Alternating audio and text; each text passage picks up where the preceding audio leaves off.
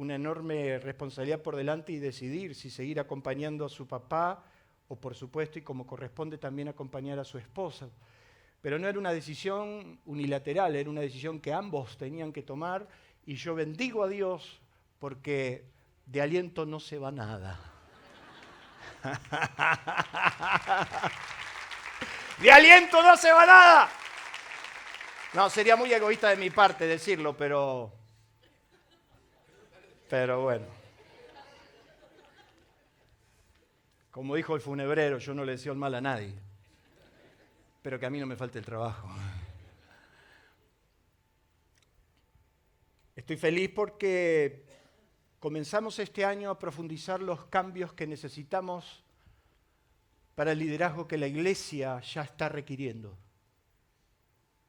Y el que avisa no traiciona, porque vienen grandes cambios. Diga conmigo, vienen grandes cambios. Y a todos los líderes les digo, su renuncia está a disposición, de inmediato.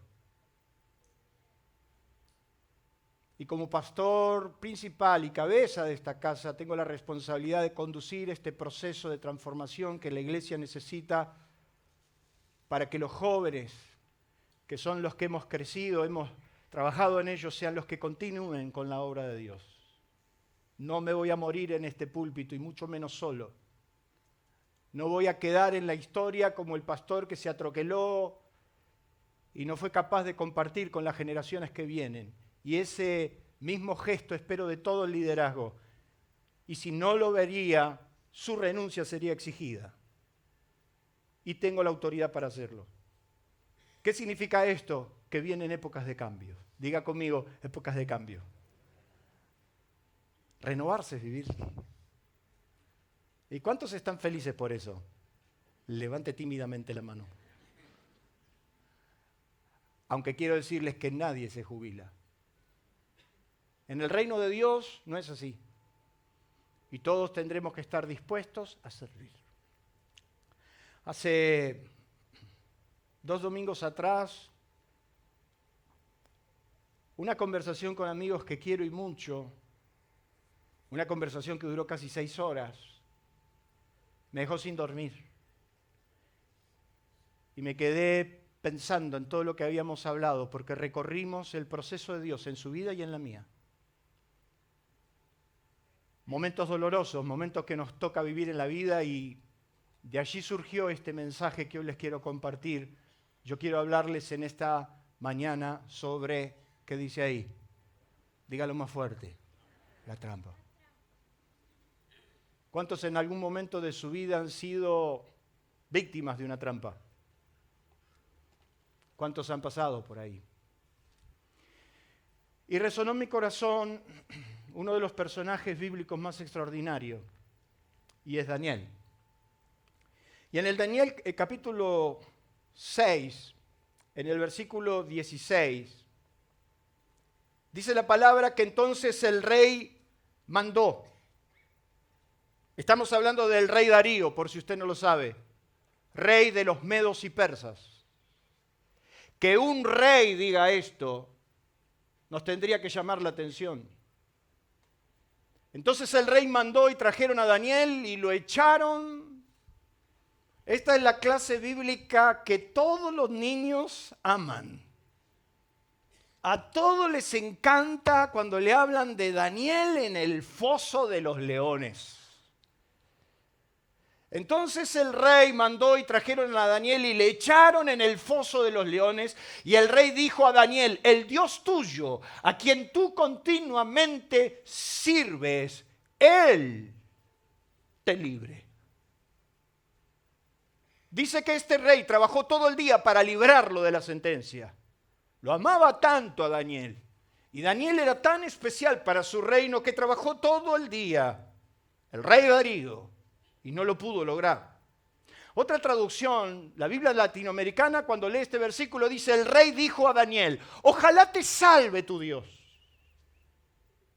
al que sirves con tanta, ¿qué dice? Fidelidad. Mire si un rey de un imperio tan grande tiene un concepto tan fuerte de uno de sus ayudantes. Ojalá te salve Dios. Claro, si hay tanta gente que mejor perderla que encontrarla, ¿no? De repente tenemos uno bueno y lo vamos a perder por una trampa. Diga conmigo, por una trampa. Otra traducción cuando lee este versículo dice que tu Dios, a quien sirves tan fielmente, te rescate. Te rescate. El engaño casi nunca viene de frente. La mayoría de las veces tan sutil y sigiloso como tácticamente diseñado para atacarte, despojarte, esclavizarte a un estado que por voluntad propia usted nunca iría. Quien piense que los grados de esclavitud son absolutos y de un día para el otro está equivocado. El peor proceso de esclavitud es el proceso que se inicia sin darte cuenta. Cada vez que Satanás quiera usurparte, robarte, maltratarte, humillarte, nunca empezará de frente, nunca se revelará de frente. Empezará sigilosamente, empezará metiéndose por las esquinas. La trampa no viene de frente. ¿Cuántos dicen amén? El tramposo no se para delante de usted a decirle, vine a trampearte. Siempre va por atrás. Diga conmigo, siempre por atrás. Y es interesante porque hay gente que tiene una capacidad enorme. Así como usted se dedica a trabajar 10, 12 horas por día, hay gente que está 10 o 12 horas por día pensando cómo engañarte. Yo no puedo creer la locura que hay con los bancos hoy. Hoy usted, para mover su dinero, es una tragedia. Necesita 10 claves, un PIN, una tarjeta móvil. Sale de una aplicación, se tiene que meter el otro. Te reportan por robo. El otro día me reportaron y empezaron a caerme mail, mensaje, una actitud sospechosa. Soy yo que quiero pagar con mi dinero. Quise hacer un movimiento, quise pagar y inmediatamente me bloquean, me sacan de la aplicación. Me llega un mail a mi mail personal, un WhatsApp diciendo, hemos reportado una actitud sospechosa. ¿Es usted de qué? ¡Soy yo!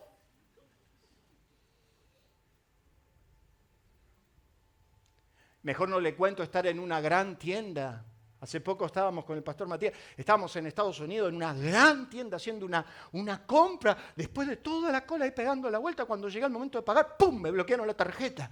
Y entonces dice, tiene que llamar a la tarjeta, acá desde los Estados Unidos, sí, llame. ¿Y a dónde? Al 0800, el 0800, y yo empiezo a ver que la cola se me empieza a llenar de gente. Y el muchacho que está enfrente, quédese tranquilo, tome su tiempo, 0800.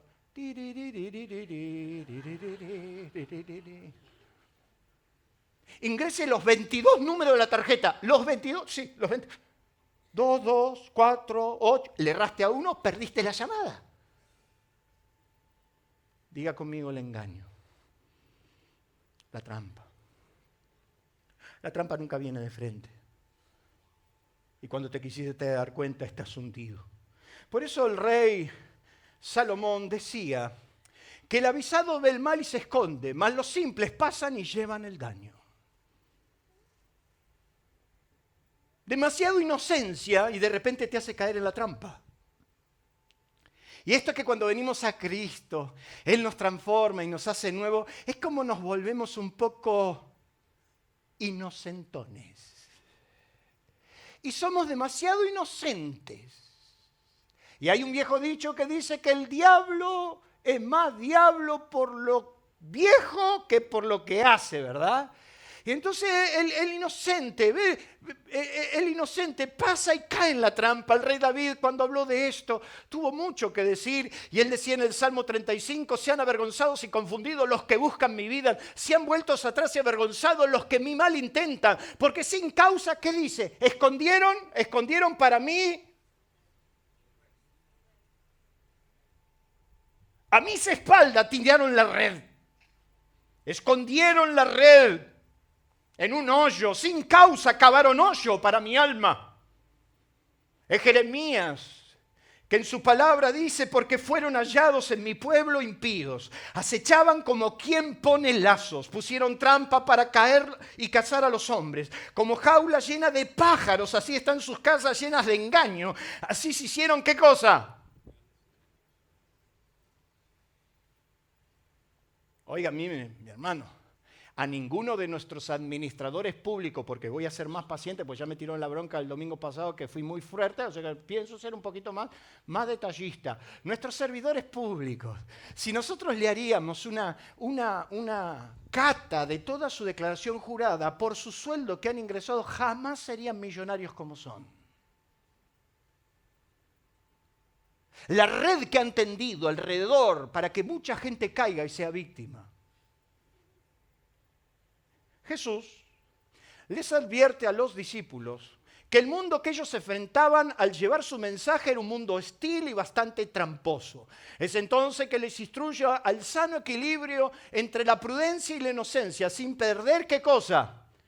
Jesús sabía que los discípulos iban a llevar su mensaje y el mundo que los esperaba era un mundo hostil. Diga conmigo, hostil. ¿Qué significa? No te están esperando, sencillamente vení a traernos la palabra. Jesús se los dice y les dijo, he aquí yo os envío como ovejas en medio de lobos. Sed prudentes como serpientes. Una imagen fuerte usa Jesús. Sean prudentes como serpientes y sencillos como palomas. Me llamó la curiosidad la palabra sencillos. La palabra sencillo en el griego se traduce como akeroios. A, que es el prefijo negativo, significa sin. Y keraios significa pureza, sin adulteramiento. Quiere decir que la palabra que Jesús está utilizando es, vayan sin mezclar, sin adulterar, sin diluir sus convicciones. Significa que no mezclen, que sea un mensaje sin alteraciones, puro, íntegros. No pierdan ni negocien su integridad, pero tampoco sean tan simples, inocentes o ingenuos. Pero tenemos que ser como palomas, sencillos, humildes. Bueno, sí. No.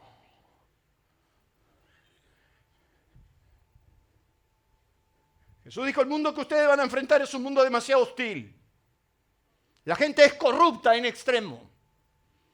Tienen que ser tan prudentes y tan sensibles a la vez sin perder el equilibrio. Piensen, observan, aprendan a moverse.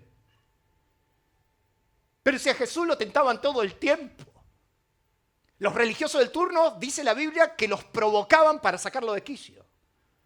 Dice la Biblia, y tengo un amplio párrafo para decirles, pero venían, dice, acechándole para tentarle. O sea, a Jesús lo venían a provocar para que caiga en la trampa. Entonces, por ejemplo, un día lo tientan por las señales. Dice que vinieron los fariseos y los saduceos. Qué raro, estos dos nunca andan juntos, pero para tentar seguro. Por si usted no lo sabe, los fariseos y los saduceos no se trataban y se tenían mucha bronca entre ellos. Porque los saduceos no creían en la resurrección, pero los fariseos sí. Y entonces, ¿qué pasaba? Había mucha tensión, pero sin embargo, como se trata de destruir a Jesús, se unían. ¡Qué lindo que es ver a la suegra y a la nuera unidas para matar a alguien! Pero si estas no se traban y de golpe se juntan. ¡Ah, pero el fin justifica los medios! Así que si nos tenemos que unir con los fariseos, nos unimos con los fariseos. El punto de ataque es Jesús. Así que esta vez hacemos una tregua, saduceos.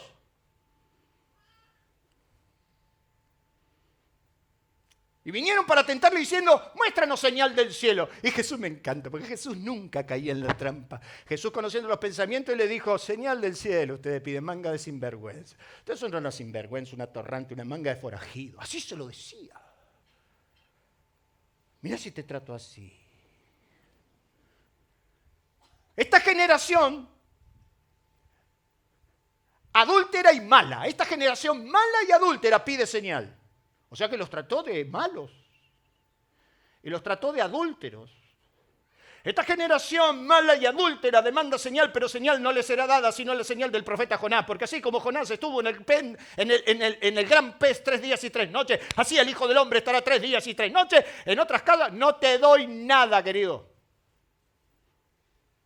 A los pocos capítulos vinieron a tentarle con otro tema sensible. Vinieron a provocarlo, pero esta vez como con los saduceos no se llevaban muy bien, los fariseos se juntaron con los herodianos. Eran peores, decía el que tenía al lado, era peor.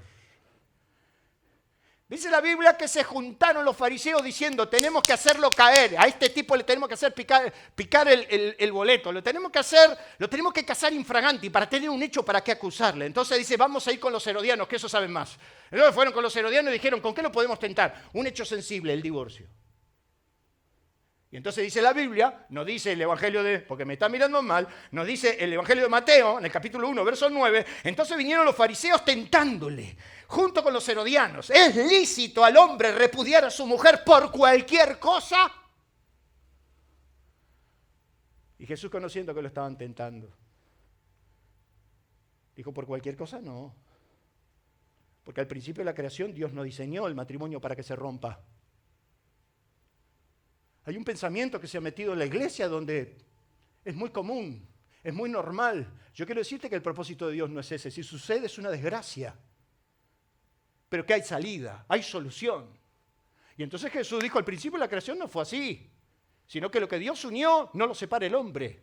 ¿Qué quiere decir él? Pero hay situaciones extremas que puede suceder. Y si eso sucede, buscan restauración en Dios. Y entonces dijeron, ¿cómo podemos hacer? Los tenemos que atacar, a este lo tenemos que hacer pisar. Entonces dijeron, ¿sabe qué? Lo mejor que podemos hacer es hablarle de impuestos. Y entonces dice que se juntaron los fariseos, los herodianos, los saduceos y fueron contra Jesús para tentarlo y diciéndole. Aparte me gusta esta tentación porque nunca arrancaron de frente diciendo, venimos a tentarte. ¿Alguien alguna vez puede darme fe de que el diablo se le presentó y le dijo, te vengo a tentar?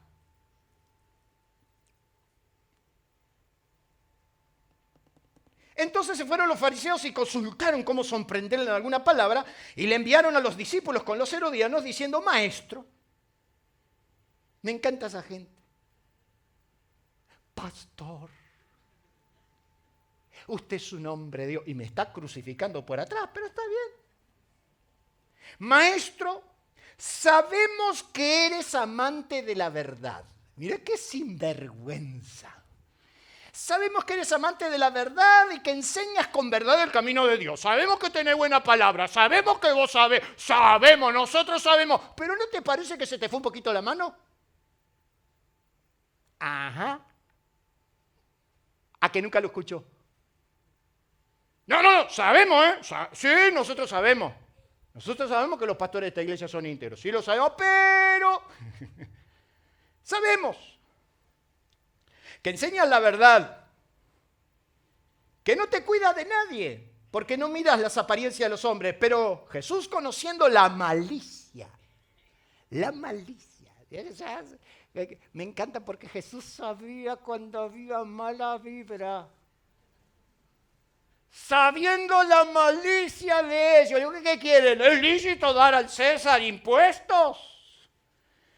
Si hay algo que a mí me saca, mi hermano, tengo que confesar mi enorme debilidad delante del pueblo de Dios. A mí me saca pagar impuestos. ¿A cuánto les bendice?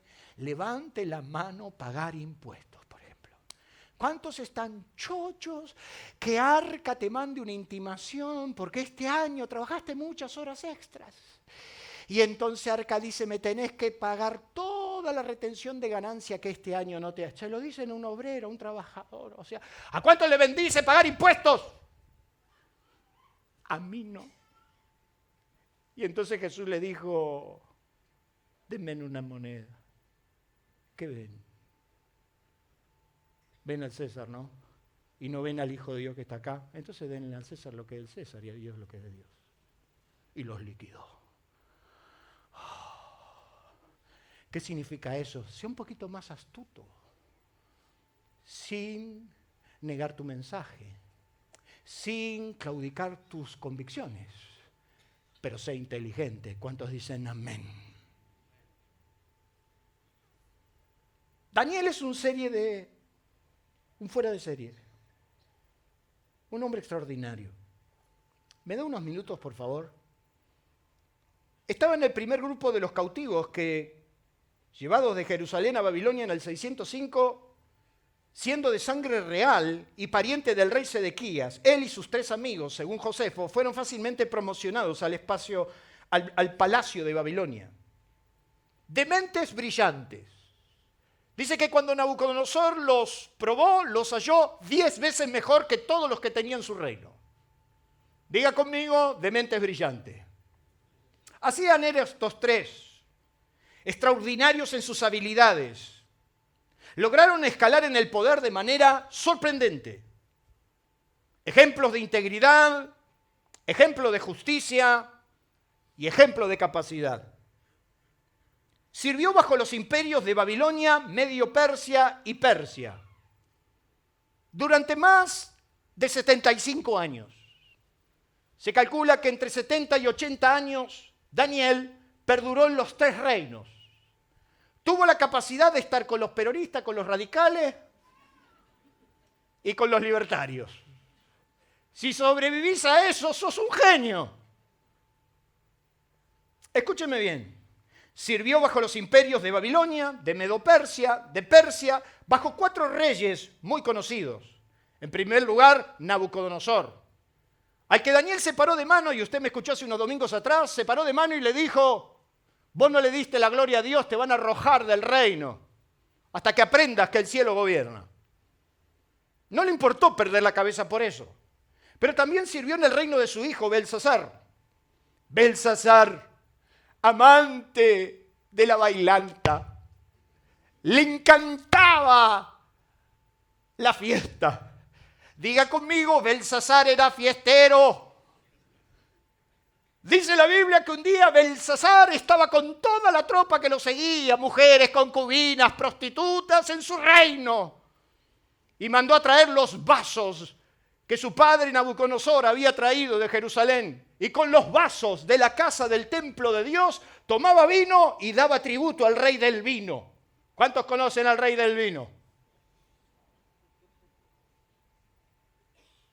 Entonces dice que cuando éste estaba tomando y le rendía gloria a todos los reinos y a todo lo que se le cruzaba, y todas las mujeres en plena orgía y en plena fiesta, dice que vio una mano que escribía en la pared. Y entonces cuando dice que vio una mano que escribía en la pared, le empezó a temblar, dice que los lomos se le desinflaron. No lo voy a explicar. Porque dice que los lomos se debilitaron, y los lomos, cuando la Biblia habla de los lomos, habla de esto. El que tiene oído.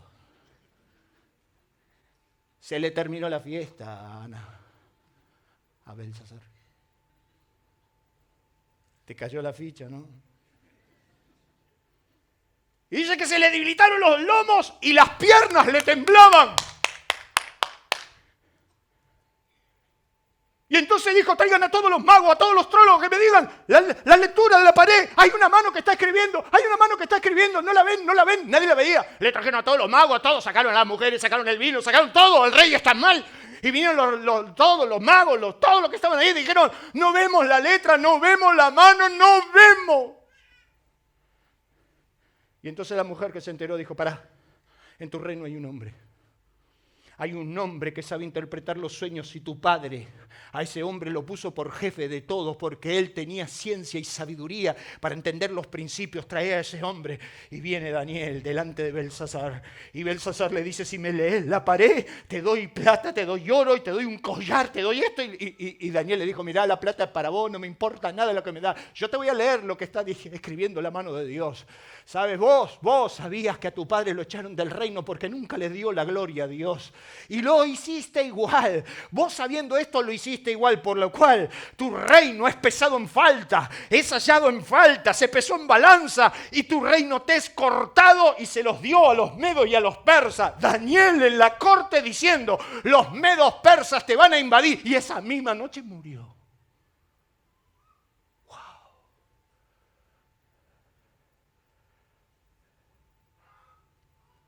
Por eso Darío, cuando toma el reino, lo pone por jefe, porque él fue el que profetizó la caída.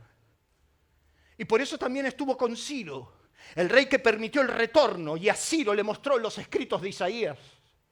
Le mostró el camino y le dijo que Dios lo conocía sin que él lo conozca, y que Dios iba a abrir puertas y cerrojos, y permitió el retorno de la nación. Diga conmigo, Daniel es un grande.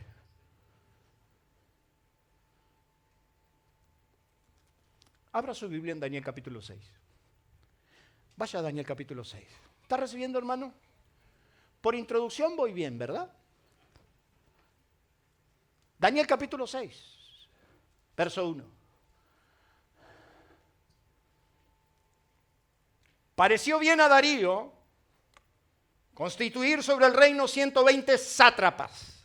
Subraye esa palabra, no se acuerde de su líder, pero ponga sátrapas. Hay unos cuantos sátrapas. Pareció bien a Darío constituir sobre el reino 120 sátrapas, que gobernasen en todo el reino, y sobre ellos poner 3 gobernadores, de los cuales, ¿qué dice ahí? Daniel era uno, a quien estos sátrapas diesen cuenta para que el rey no fuese perjudicado. Pero Daniel mismo era superior a estos sátrapas y gobernadores, porque había en él un espíritu superior, gloria a todos los mediocres, que le encantaría leer otra cosa.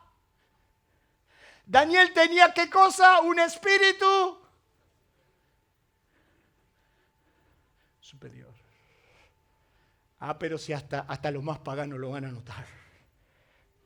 Tenía él un espíritu superior, y el rey pensó en ponerlo sobre todo el reino. Entonces los gobernadores y los sátrapas buscaban ocasión para acusar a Daniel en lo relacionado al reino, mas no podían hallar ocasión alguna de falta o ninguna falta, porque él era fiel y ningún vicio ni falta fue hallado en él. Los 120 sátrapas empezaron a decir: si Daniel es más grande, si Daniel es tan ilustre, lo tenemos que trampear, lo tenemos que hacer caer, le tenemos que fogonear el rancho, se lo tenemos que prender fuego.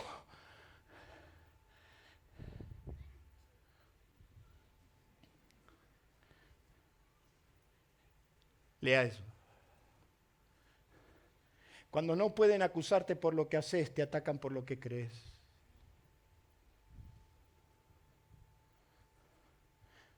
Llegó un momento que dijeron: mira, a Daniel no lo vamos a encontrar en Orsay nunca, porque es perfecto. Lo que tenemos que hacer es trampearlo con la ley de él, de su Dios. Eso quiere decir que cuando no te pueden acusar por lo que haces, te van a atacar por lo que crees. Yo tenía a mi cargo la gerencia de una de las grandes empresas de comunicaciones en el mercado argentino, y yo venía trabajando con el jefe de sistemas para hacer el desarrollo y el layout del centro cómputo de una gran empresa que venía al país en los años 90 a tomar el 30% del mercado de las comunicaciones del país. TIT, TNT. Durante 6 meses trabajé a la par de ese hombre, mostrándole el camino y diciéndole cuál era la mejor solución para un gran centro de cómputo. TIT venía con la propuesta de quedarse con el 30% de las comunicaciones. Y durante 6 meses le dije a ese hombre lo que teníamos que hacer, el centro de cómputo que teníamos que armar, con lo mejor de lo mejor. Y lo convencí y lo vendí. Pero yo tenía un sátrapa en la empresa. Yo tenía un sátrapa que estaba cerca mío y que quería mi puesto. Ese sátrapa encima era el hijo del dueño, pero que no servía para nada en términos técnicos, pero que él estaba ahí como una amenaza de muerte continua, siempre cuestionando mis decisiones. Pero cada solución que trazábamos, cada solución que marcábamos el rumbo y a la empresa le hacía bien. Por lo cual el padre no tenía otro remedio que siempre darme la razón. Pero ese día me di cuenta que ese sátrapa dijo: si a Ángel no lo puedo atacar por su trabajo, lo voy a atacar por lo que cree. Entonces le pidió al padre hacer la primera entrega al centro de cómputo. La entrada de los racks que yo había vendido en una cifra millonaria. Y esa primera entrega fue él. Me llamó la atención. Me dice: ¿vos sabés quién está entregando los racks que vos diste a la solución? Me llama el jefe de sistema. Che, está el hijo del dueño acá entregando la mercadería. Qué raro, dije yo. Y entonces este sátrapa empezó a hablar con el jefe de sistema y empezó a decir: no vamos a discutir la solución que aportó Ángel. La solución que había aportado Ángel era la solución más cara de la empresa. O sea, el producto más caro lo había logrado vender. O sea que él, como hijo del dueño, me tendría que haber hecho un monumento, ¿no le parece? Pero como venía por años atrás mío buscándome cómo destruir y no podía y no lo lograba y lo que tocaba se convertía en oro, le dice al del sistema, hay un problema con Ángel, estamos teniendo un problema en la empresa. No me digas, un buen hombre, sí, pero estamos teniendo un problema. Él es muy evangélico. Viste que esta gente es fanática. A esta gente le gusta andar por cosas raras. Entonces la solución que planteó es una solución sobredimensionada porque él es un volado. Porque él va a la iglesia y escucha a esos pastores que piden plata y me empezó a tirar toda la mugre encima. Se fue de la empresa y me llama el jefe de sistema. Me dijo, Ángel, ¿cómo te quieren a Bongavitel? Sí, la verdad que el dueño me quiere como un hijo, dije yo. ¿Como un hijo? Como un hijo desconocido te quiere, me dice. Mira, vino Carlitos, el hijo, y me dijo esto. Mira, yo te creo, vos sos una buena persona, pero ¿sabes una cosa? Si llego a estar frente a una persona que no sabe tomar una sana decisión, a mí me cuesta el puesto, así que yo voy a pedir que me siga atendiendo otra persona de la empresa. Diga conmigo, sátrapa. Corté el teléfono, llamé a mi esposa. Matías era bebé. Le digo, mi amor, quiero decirte algo, voy a tomar una decisión que quédate tranquila, te va a afectar, pero no te preocupes. ¿Qué vas a hacer? Voy a renunciar. Me fui hasta la empresa, me encerré con el dueño y le dije, te vengo a decir una sola cosa. No merecía que cuestionen mi fe porque mi trabajo ha sido excelente. Que me hayan puesto en boca de toda una empresa por ser evangélico, aunque lo soy, pero que yo no soy de los que ellos dijeron, vengo a usar el único derecho que tengo. Yo tenía 2 celulares en la cintura en aquel tiempo, el Nextel, ¿se acuerdan? Y el StarTAC. Saqué los celulares, lo puse sobre el escritorio y le dije al hombre, renuncio. Mandá a Carlito, él sabe cómo hacerlo. Me pegué la vuelta y me fui.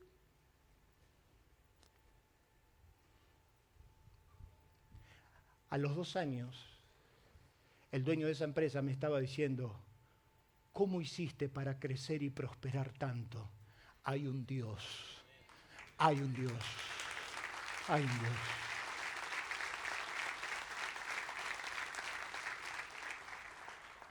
El enemigo no te persigue por lo que haces mal, sino por lo que haces bien y no negocias. La prueba final de Daniel no fue el foso, fue el decreto. ¿Qué quiere decir esto? Que la trampa nunca va a ir con lo que haces mal, la trampa siempre va a lo que estás haciendo bien, porque de ese estado te quieren caer. Y la verdadera prueba de Daniel era mantenerse en la convicción a pesar de que todos le estaban trampeando. Un hombre que no negocia sus convicciones. Un hombre que es pararse sobre la convicción y no moverse por sentimientos. No, mi querido amigo, usted tiene que saber que Daniel no cae en la trampa. Defiende sus valores y no modifica su devoción. Ahora se encuentra en el foso, pero en el foso, o sea, peor no se podía estar. Estos sátrapas, si usted consigue y si usted lee después toda la palabra, si usted lee a continuación, buscaron una trampa. Buscaron la forma de que Daniel caiga en la trampa. Y la forma de que Daniel caiga en la trampa tenía que ver en línea directa con una ley que él mismo había promulgado, el rey. Quiero con unos minutos que usted me preste atención sobre lo que vivimos cuando caemos en la trampa y en el foso. Lo primero que tenemos que saber, que la injusticia es parte, aunque seas íntegro. Daniel no había hecho nada malo. Daniel se había mantenido en su función. La Biblia nos dice que fueron los sátrapas a espada de Daniel y le dijeron, cualquier persona que en el reino demande oración o pida algo que no sea a ti, oh rey, sea echado en el foso de los leones. Ellos sabían que Daniel oraba 3 veces al día.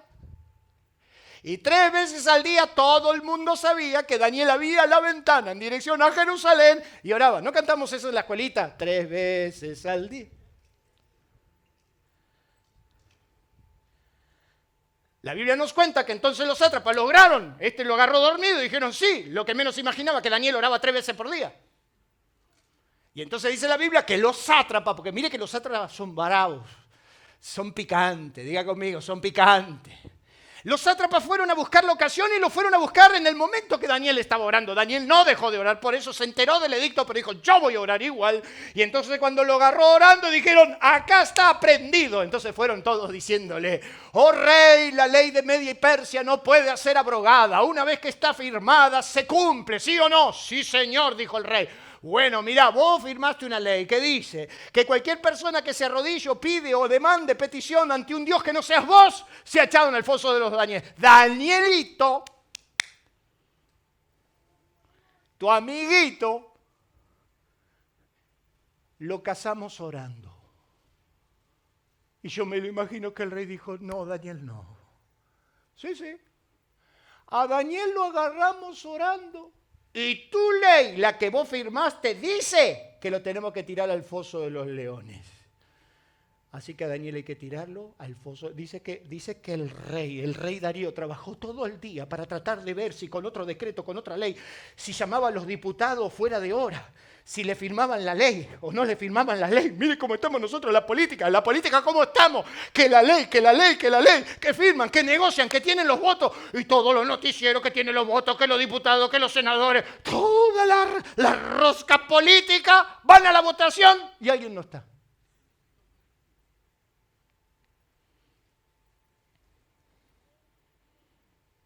Entonces Darío le dice, Daniel, no puedo hacer nada. Caíste en la trampa. Vos me dijiste, y yo he visto cómo servís a Dios. Que Dios te defienda. Y la Biblia nos dice que Daniel, después de casi 70 años de servicio, inmaculado, fue echado al foso de los leones. Quiere decir que a los íntegros la injusticia también le toca. ¿Cuántos han pasado por algún acto de injusticia? Levanten la mano. ¿Cuántos dijeron alguna vez, esto es injusto? ¿Cómo es posible que a gente buena le pasen estas cosas? La pregunta y la historia bíblica recorre a todos los hombres justos, íntegros, que se la pasaron diciendo, ¿por qué? ¿Por qué la injusticia? Jesús dijo que Dios, nuestro Padre, hace salir el sol sobre justos o sobre injustos. Yo le voy a hacer la verdad, hermano, total, yo no tengo por qué mentir, y a esta altura del partido menos. A mí me encantaría que hay gente que le agarre un granizo y le rompa el auto. Ah, cierto que usted no es así, ¿verdad? Dígame la verdad, hipócrita viejo. ¿Alguna vez no sentiste la necesidad de que haya justicia de parte de Dios? ¿Cuántos tienen hambre y sed de justicia acá?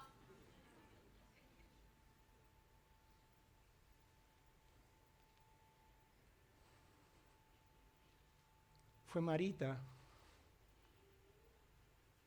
cuando en el año 2000 me llamó por teléfono y me dijo, necesito ir a verte. Nosotros vivíamos en Casanova. Y me refiero a Marita Saralegui.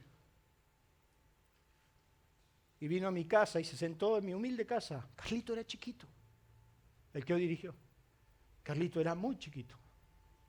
Y ella vino con el esposa, con César, grandes amigos, hombres de Dios, hombres como los que no encontrás. Y llorando en la mesa de mi casa, me dijo, Ángel, tengo cáncer. Y yo me acuerdo cuando golpeó la mesa y dijo, tengo cáncer. Y estoy tomada, no tengo ni 6 meses de vida. Y yo me fui a la pieza y dije, es injusto. Habiendo tantos hipócritas que lo bien le haría irse al infierno. Es injusto. Le digo a mi esposa, no le puede pasar esto a gente tan buena.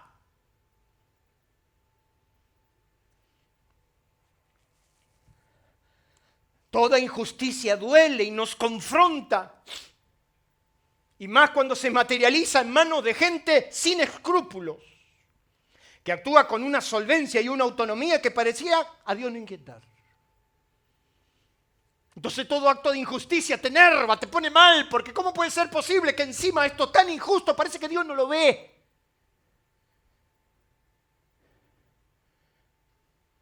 ¿Cómo manejas la injusticia? ¿Qué decís frente a un acto de injusticia? ¿Qué podemos decir de Daniel como un acto de injusticia? Un hombre que defendió la verdad, un hombre que fue íntegro, un hombre que fue fiel. Y de golpe por una trampa de unos sátrapas cae en el foso de los leones.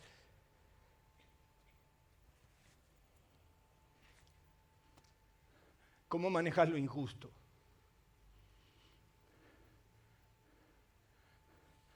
Yo nunca tuve respuesta a esa pregunta, Carlos. Matías, si me estás mirando. Porque no solamente murió Marita, murió César a los pocos meses. Por lo mismo. Los dos tenían el mismo cáncer. Mi gran amigo, intercesor. Mi gran amigo, yo con César me podía sentar a hablar de tú a tú. Me podría abrir mi corazón sin tener el mínimo pensamiento que me iba a traicionar. Si hay un hombre que oró por mí, si hay una mujer que oró por mí, esa gente en Entre Ríos ha dado todo, ha levantado edificios, ha fundado escuela. ¿Cómo puede ser posible que te la lleves? ¿Cómo manejar lo injusto? Pero cuando yo veo a esos muchachos, cuando yo veo la iglesia de Ramírez que pronto vamos a ir a levantar y a inaugurar, cuando yo veo toda esa familia que fue semilla de César y Marita y veo que de esa familia salieron hombres de Dios y levantaron la obra de Dios y lo hicieron mejor, yo bendigo a Dios porque hasta lo injusto Dios lo encamina a bien. Dale un fuerte aplauso a Dios por eso.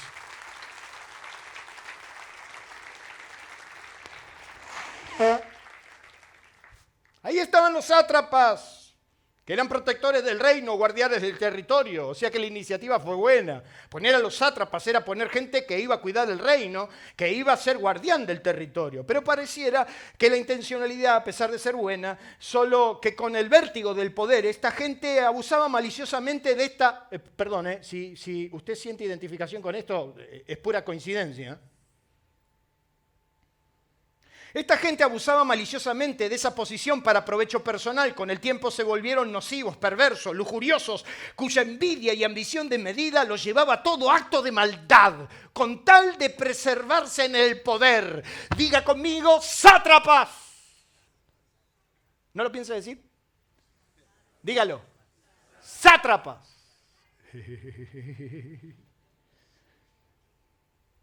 Hay que caer en manos de un sátrapa.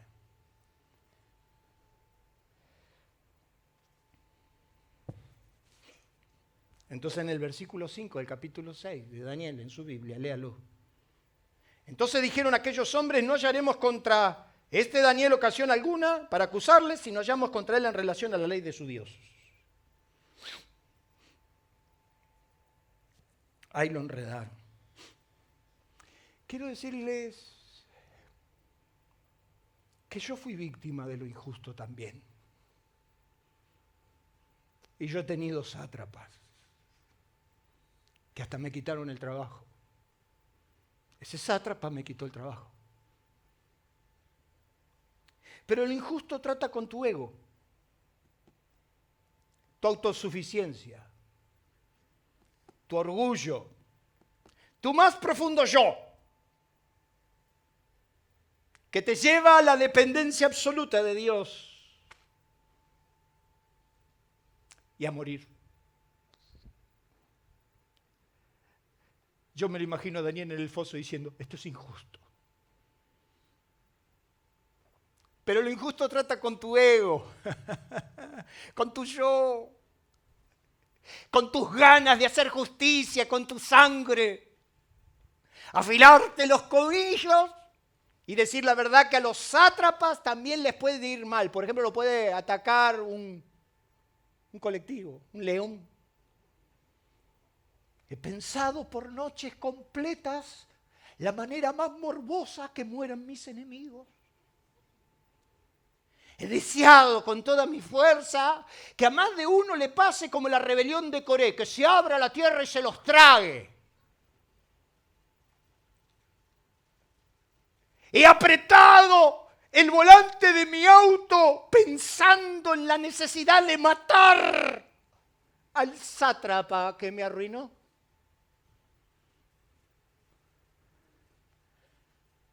Pero Dios me dijo lo que está en su palabra. Tu justicia no obra la justicia de Dios. Mía es la venganza, yo pagaré. Así que cállate la boca, guarda silencio y espera que yo lo haga. Ay, la justicia del reino de Dios es como la justicia argentina, lenta, lenta. No sé por qué criticamos la justicia de Argentina, si en el reino parece lo mismo. Yo decía, Señor, ahora, fuego divino, fuego, fuego. No estaba orando por el Espíritu Santo, ¿está claro?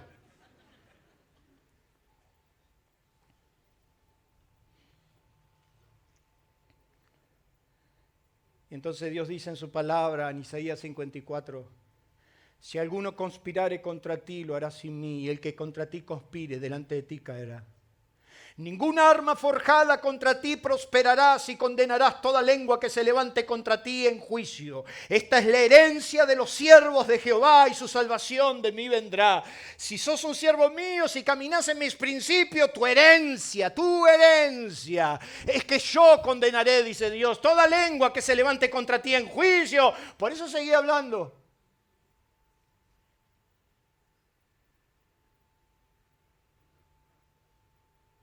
Aunque los sátrapas hablen mal de vos en los pasillos de la empresa.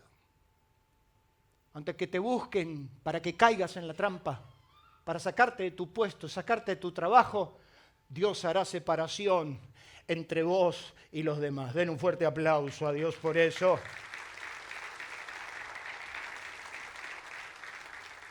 Entonces en el foso también se vive el autoexamen. Diga conmigo el foso. Es imposible evitar esta experiencia que nos lleva a meditar y excavar en lo más profundo de nuestro ser, para saber si algo hicimos mal. El peor de los... Yo a veces le pregunto a la gente, ¿qué lección sacaste de este dolor? ¿Qué aprendiste de esto? Y cuando yo veo que simplemente quiere justificarse y quiere decir, yo no hice nada, a mí, son ustedes, son los otros, o es el otro, o es el trabajo, o es el jefe, o es el sátrapa, y siempre echándole la culpa a los demás porque no aprendiste nada. Entonces Daniel hace un autoexamen. Lo que llaman los técnicos como introspección. Esa necesidad de vivir un tiempo en el foso, en el lugar inhóspito, pero muy necesario para mirar para adentro. Introspección, proceso de mirar hacia adentro, observando y analizando los propios pensamientos, sentimientos y comportamientos para lograr un mayor autoconocimiento, permitiendo identificar patrones, entender reacciones, tomar decisiones como consecuencia y siendo una herramienta clave para el crecimiento personal vinculado a la reflexión y la autoobservación. Estoy yendo rápido porque no termino, si no hoy se va a las 2 de la tarde. La Biblia lo llama meditar, aplicar con profunda atención el pensamiento y la consideración de algo, descubrir los medios para conocer dónde estuve, por qué lo hice, de qué manera me fue, por qué llegué donde llegué. Meditar. Y la Biblia dice, meditad sobre vuestros... ¿Qué significa? Mirá para adentro, bendito Hijo de Dios. Mira para adentro. Entonces es David el que sabiendo de esto, David en su salmo, tengo 100, pero David en su salmo dice, sean gratos los dichos de tu boca y la meditación de mi corazón delante de ti, oh Jehová. Nada mejor que un buen foso, una mirada interior, la que Daniel tuvo que atender. Cuando lo va a rescatar el rey, ¿qué le dice Daniel al rey? El ángel del Señor vino a cerrarle la boca a los leones. ¿Quiere decir que los leones se lo quisieron? No es que los leones se neutralizaron. Daniel dijo, el ángel del Señor vino y le cerró la boca a los leones. Quiere decir que los leones te morfan. Si no tenés un ángel, te morfan. Y Daniel le dijo al rey, el ángel del Señor vino a cerrarle la boca a los leones porque delante de ti y delante de Dios yo soy inocente. ¿Qué significa eso? Que Daniel hizo un autoexamen. Daniel miró para adentro. Expuso su causa. Se presentó ante Dios. ¿Por qué te enoja tanto la situación? ¿Por qué te enoja tanto la situación cuando sos víctima de la injusticia? Si hiciste bien. ¿Hiciste bien o sos indefendible?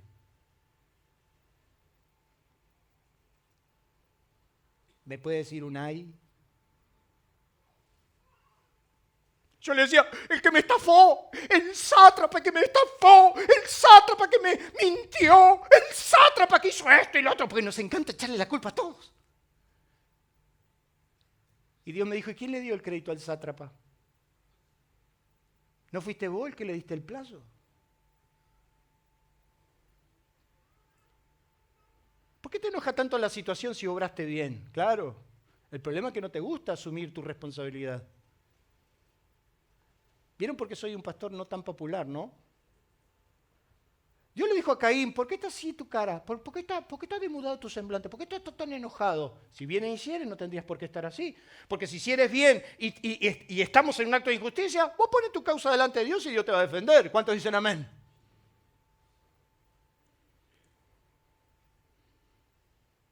Daniel en el foso vivió el miedo real.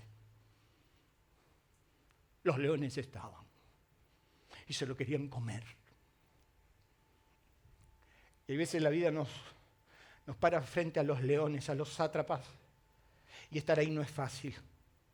Cuando estás rodeado de leones con hambre, empezás a sentir miedo, miedo que te paraliza, que te limita. Los leones eran leones adultos, mantenidos con el hambre controlada, se usaban como instrumento de ejecución pública. El castigo era inmediato y brutal. Y Daniel tuvo miedo. Hay 3 funciones del miedo sobre tu vida.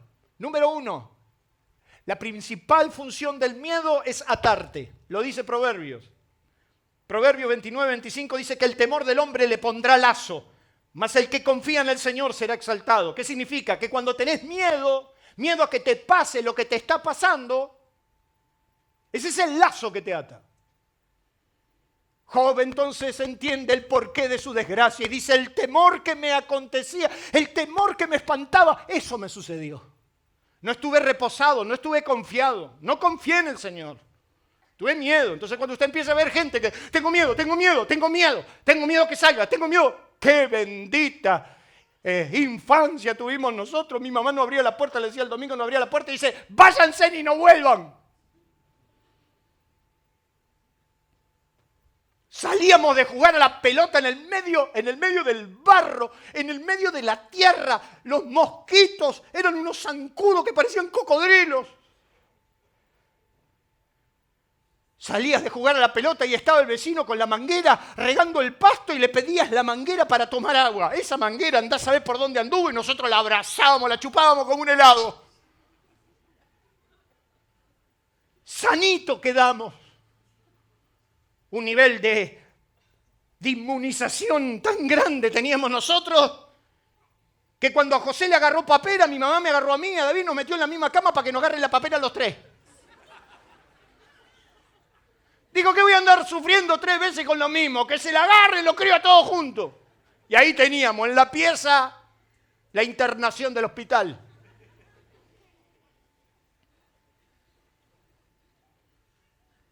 Hoy tenemos miedo por todo.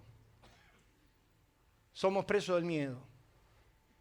Y no nos damos cuenta que cada vez que diga tengo miedo de, el diablo te está escuchando, porque el lazo más grande que el diablo usa para atar tu cabeza, tu mente, tu corazón, no dejarte ser feliz, es el miedo. Entonces tenés miedo por todo. Miedo si los chicos van, si los chicos vienen, si se fueron de luna de miel, si volvieron sanos, si volvieron fuertes. ¡Soltalo!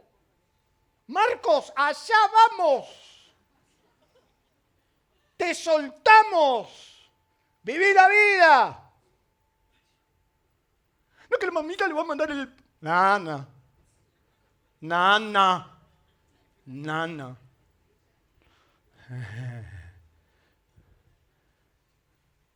Pero el miedo te ata. Lo segundo que hace el miedo en tu vida es esclavizarte.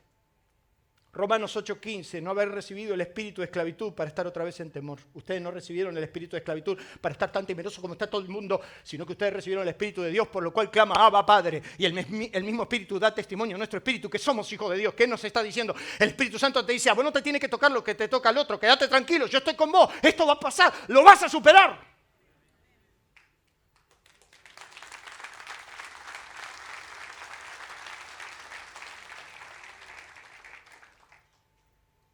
Y lo tercero, que el miedo viene a condenarte. Dice Juan, en el amor no hay temor, sino que el perfecto amor echa fuera el temor. Porque el temor lleva en sí castigo. Porque el que teme no fue perfeccionado en el amor. ¿Qué significa eso? Cuando yo estoy temblando de miedo es porque no voy a Dios. Es normal, es racional, es justo que tengas miedo. Están los leones y tienen hambre. Tengo miedo, pero también está el ángel. También tenemos a Dios que nos acompaña en la larga caminata que Jesús tuvo con Jairo. Jairo le dijo, ven por mi hija, se muere. Y entonces vinieron los de la casa y le dijeron a Jairo, no molestes al maestro, tu hijo murió, lo irreversible. ¿Qué le dijo Jesús a Jairo? No temas, cree solamente. ¿Qué le está diciendo? ¿Cuál es el único mandato de Jesús frente a eso? No tengas miedo. Y hoy Dios en esta mañana te dice, no tengas miedo. El Espíritu Santo te está dando testimonio. No tengas miedo. Nada escapa de su voluntad. Todas las cosas le ayudan a bien a los que aman a Dios. Denle un fuerte aplauso a Dios por eso. No tengas miedo.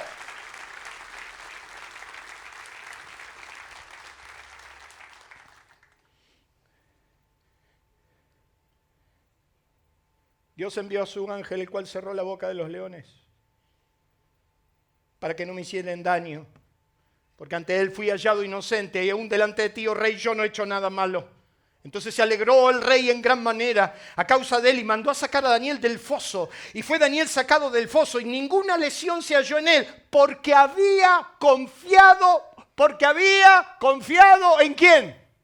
¿Por qué no fue lastimado por los leones? Porque había confiado en su Dios. Se lo repito para que lo entienda. La razón por la que los leones no te pueden tocar es si confías o no confías. Y yo he decidido confiar.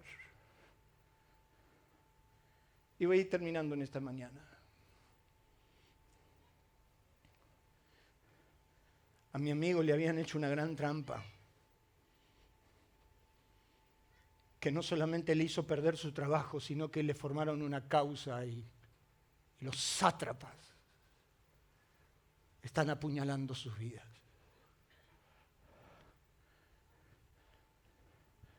Pero en esa reunión lo agarré de los brazos y le dije, confía. Confía. Esto es injusto. Pero yo la injusticia no la manejo con mi justicia.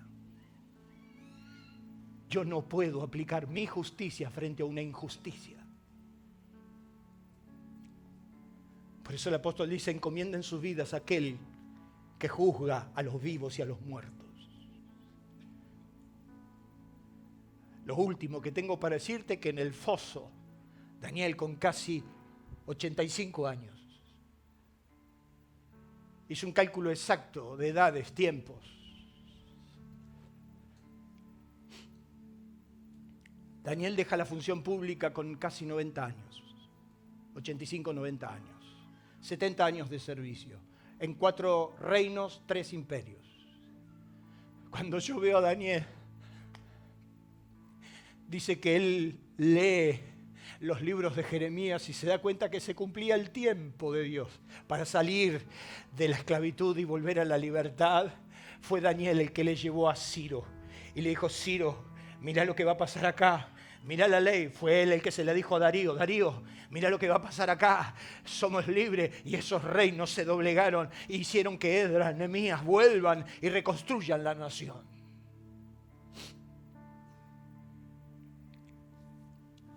La ayuda de Dios nunca tardará. Nunca. El mal nunca triunfará ante Dios y los suyos. De la trampa se sale, mi hermano. Yo salí de la trampa. De la trampa se sale, pero de la mano de Dios. Y esto requiere lo que más no queremos: tiempo. De la trampa vas a salir. Y aunque todo un reino conspire contra vos, de la trampa vas a salir. Y algún día nos daremos cuenta que Dios le cerró la boca a los mismos leones que estaban por comernos. De la trampa se sale. Jehová te oiga en el día del conflicto y el nombre de Jacob te defienda. Te envía ayuda desde su santuario y desde Sión te sostenga. Por eso David decía: eres mi ayuda y mi libertador. ¿Acaso Dios no hará justicia a sus escogidos? Os digo que pronto les hará justicia, pero cuando venga el Hijo del Hombre hallará fe en la tierra. El secreto será clamar día y noche. No te canses, no te canses. Decirle al que tenés al lado, zamarrealo. Yo sé que me estoy yendo de tiempo, pero no importa. Decirle: no te canses, no te canses, no te canses. Entonces el rey Darío escribió a todos los pueblos, naciones y lenguas que había en toda la tierra: paz os sea multiplicada. De parte mía es puesta esta ordenanza, que todo dominio de mi reino teman y tiemblan ante la presencia del Dios de Daniel, porque Él es Dios viviente que permanece por todos los siglos. Su reino no será jamás destruido y su dominio perdurará hasta el fin. Él salva y libra y hace señales y maravillas. Escuche lo que dijo Darío: y hace señales y maravillas en el cielo y en la... Lo que escuchaste el domingo pasado. La mano de Dios no se va a tardar. Dice la Biblia: y este Daniel prosperó durante el reino de Darío y durante el reino de Ciro. Después de los sátrapas vas a prosperar y te va a ir bien. Decida al justo que le irá bien. ¿Sabe por qué? Y yo sé que el diablo se enoja, pero se lo voy a decir. A la gente de bien, tarde o temprano, le va. A la gente de bien, tarde o temprano, le va. Y Daniel prosperó en 2 reinos más. Cierra sus ojos, inclinen su rostro.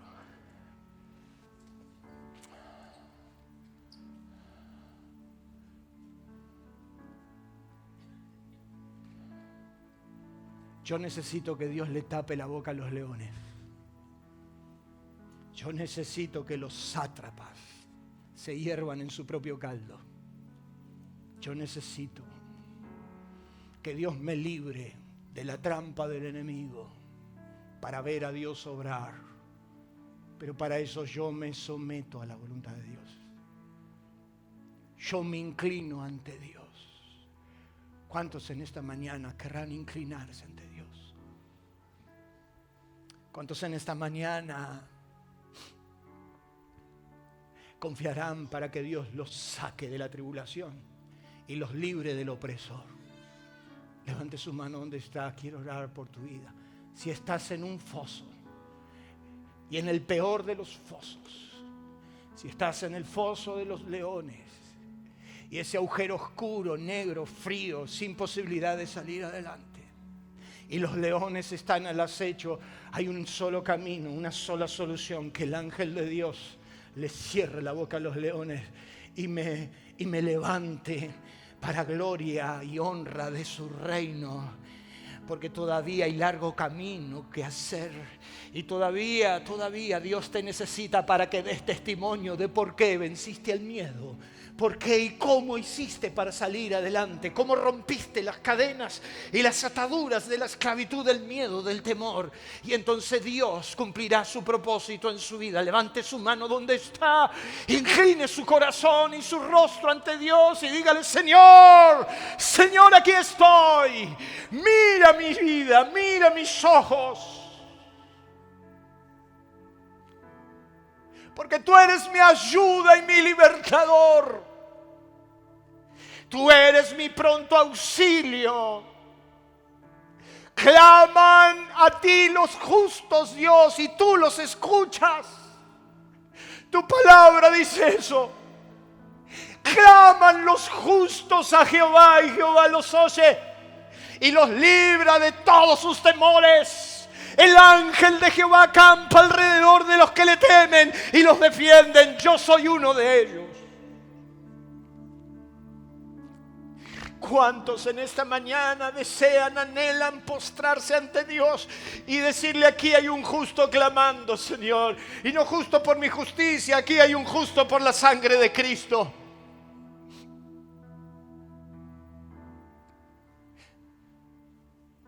Gracias, Señor. Gracias, aún por lo injusto. Gracias, Señor, porque ha sido injusto este proceso. Ha sido injusto.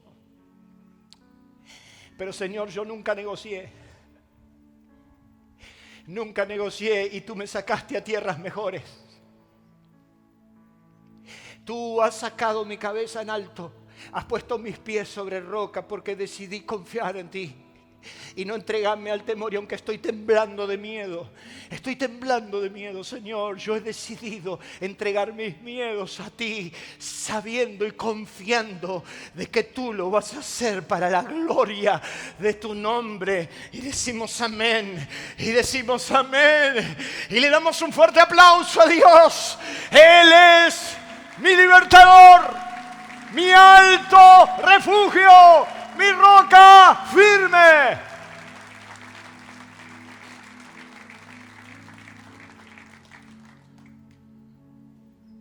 Hace un tiempo atrás les decía a estos muchachos: es mentira que la integridad no garpa. Es mentira. Es mentira que la santidad no conviene, la santidad conviene. Porque eso es lo que Dios usa y lo que Dios levanta. Y por eso Daniel llegó donde llegó, nunca negoció. Y yo te invito a que sí lo hagas. Póngase en pie. ¿Has recibido en esta mañana? Dios le habló. Mi deseo más profundo es que Dios te hable. Que tomes esta herramienta para seguir tu vida y alcanzar el éxito que deseas. Y mientras los músicos van pasando para despedirnos, saben que se nos acerca el campamento de jóvenes. Y saben que es un tiempo especial para los muchachos porque es el lanzamiento del año. Es el 27 de febrero al 1 de marzo.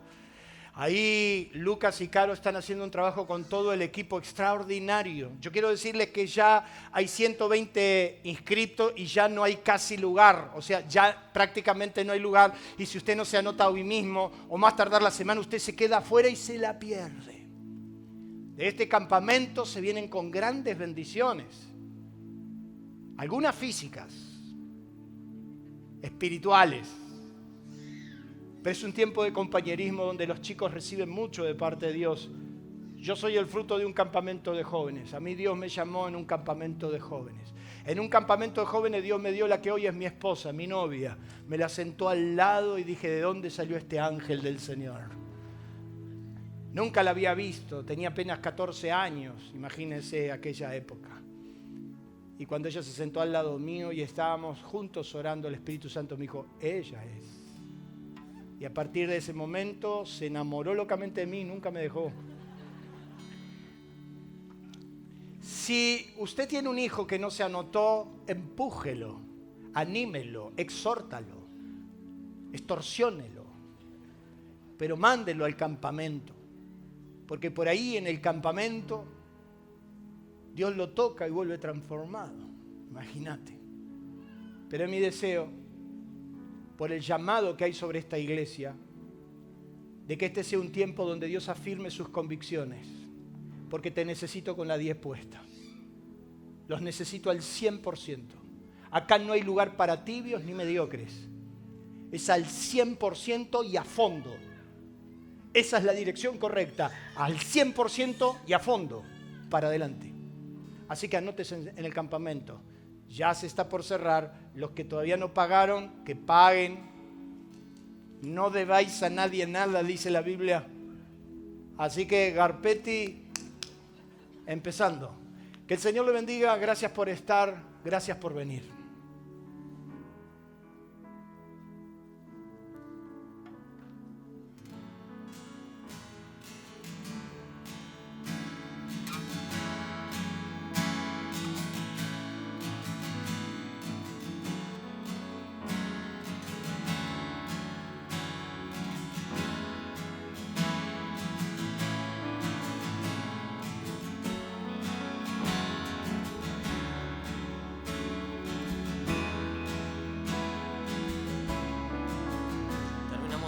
Aún en tormenta, aún en tormenta, nada me moverá, anclado en Cristo, sé que me sostendrá, aún en tormenta, nada me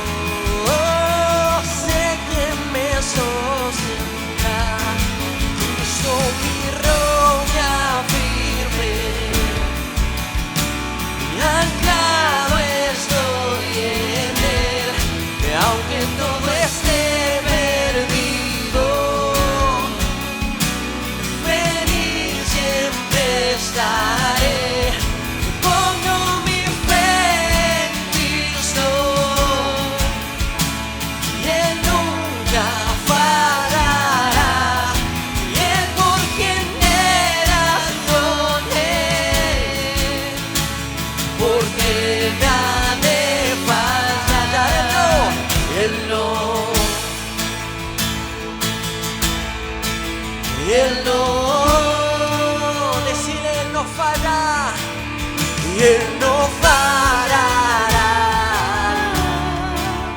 y Él no fallará, y Él no, amén, Él no falla. Que tenga una buena semana y nos vemos el miércoles en la reunión de oración.